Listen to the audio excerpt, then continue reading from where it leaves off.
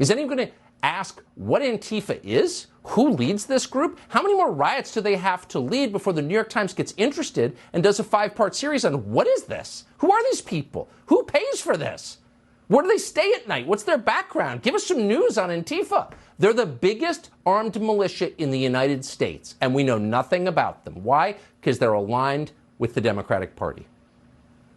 But they're telling you the real threat is rural voters with AR-15s, assault weapons. You must disarm Republican voters. No thanks.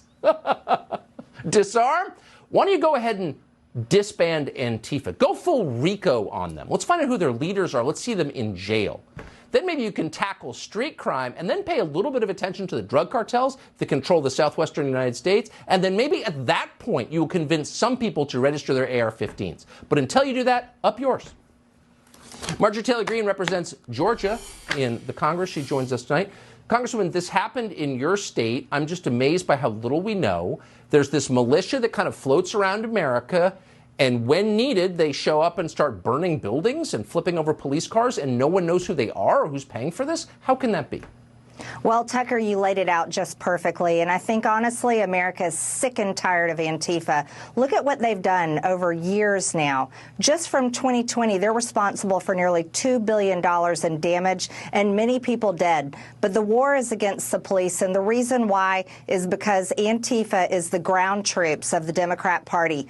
Not only are they the ground troops, they breed them, they raise them, and then they bail them out of jail when they get arrested. But they never get prosecuted. And that's because, well, we know the truth. It's the Democrats in control, and it's the establishment, and it's the unelected bureaucrats that make no apologies for their support of Antifa.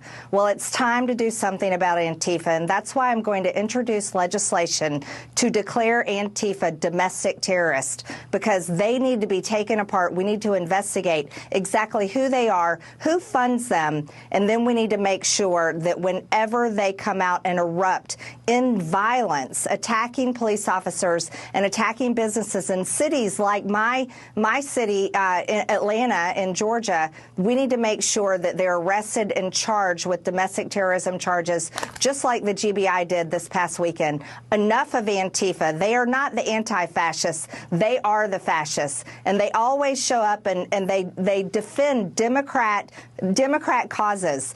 Not only do they attack police, but they defend the drag queens targeting our children with drag queen story time. They go after people when they're not vaccinated and demand they get vaccinated and wear masks during the so-called pandemic. But enough of Antifa. We've had it with them, and it's time to do something about it. Yeah, that was kind of a tell, I would say. This is the anarchist group that's for vax mandates? Tell me how that works. Is that in the anarchist catechism? Vax mandates? Yeah, no, just I don't like think they're so. environmentalists trying to stop a police training center. We're not buying it. It's too funny. Congresswoman Marjorie Taylor Greene of Georgia, thank you so much. Thank you, Tucker.